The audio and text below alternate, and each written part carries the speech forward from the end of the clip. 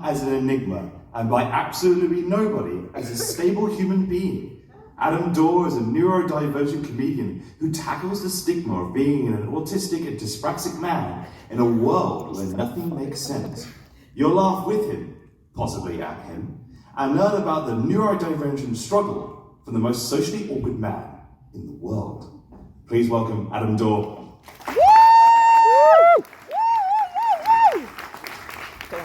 Let's You alright? By day I'm Adam, by night I'm Ad PM. Thank you.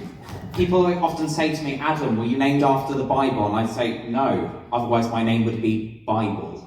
I'll be honest with everyone right now, I'm not really a comedian, I'm more of a poet, specifically a slam poet. So is it alright if I start with some of my slam poetry?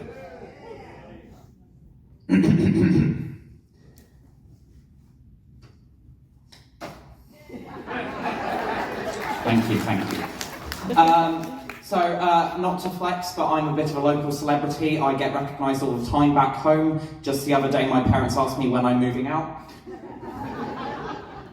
Cool. My real name is Adam Dorr. My last name is actually Dorr, and my parents don't like me because I refuse to go into the family business. That, of course, being a door. Can I tell you about some of my family? I've got my uncle, he rescues people from emergencies, he's fire exit door.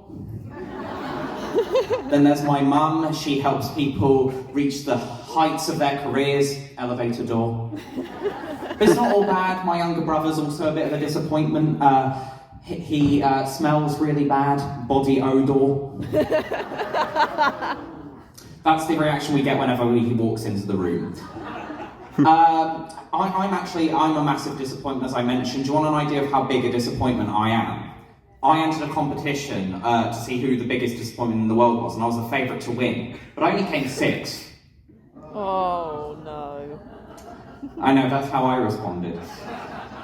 Okay, so what was I talking about? As I was introduced, I am autistic. And you guys have heard of the film Rain Man, right? Rain Man, yep, some of you. I often get compared to him, which is inaccurate because I prefer the Sun Man. But it turns out they weren't making reference to the fact that I remind them of the film. I'm just very interested in meteorology. Okay, cool. Jokes, right. Cool.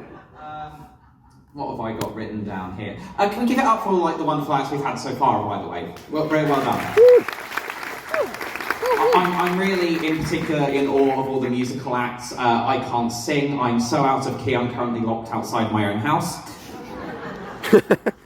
Thank you. I'm really proud of that. I wasn't really sure what to do. I became a comedian because everyone laughed at the suggestion.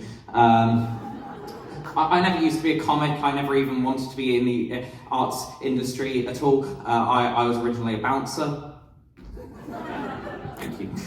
And then I was also a chef, but I got fired because I kept on using food-related metaphors, and, well, that's just the way the cookie crumbles, isn't it?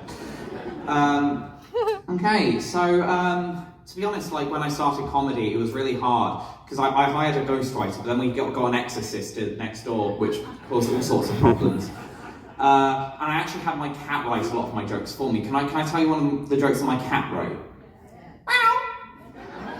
As you can tell, I can't translate this, because this is a family gig. Cool, I've got it written down. As you can tell, I'm incredibly prepared and definitely didn't write stuff on my hand. Right, cool. Speaking of music, because we mentioned that earlier, I'm very out of touch with the music world. I don't know any musicians. Up until yesterday, I didn't know who Taylor Swift was. I just thought she was an incredibly efficient seamstress.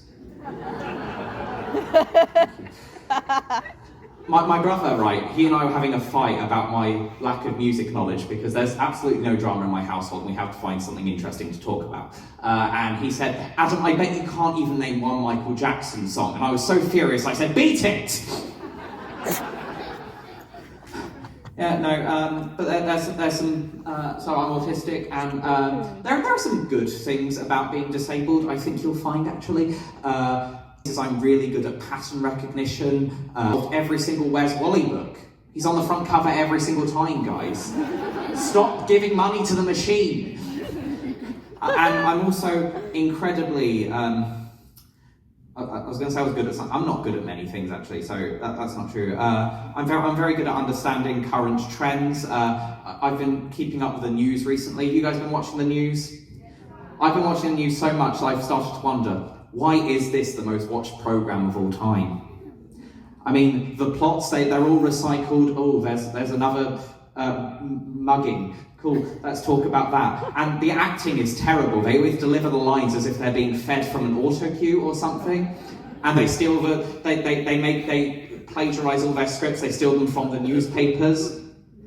And they break the main rule of storytelling, show don't tell. And don't get me started on the acting. I've just said that, I repeat myself. And there's never anything interesting with the plot or character development. They got rid of Liz Truss after 49 episodes. Thank you. And I'll leave you with one final musing about the news. And that is that they keep on spoiling the next episode with the weather programme. Thank you, I've been Adam. Have a wonderful evening. Oh, great job, Adam.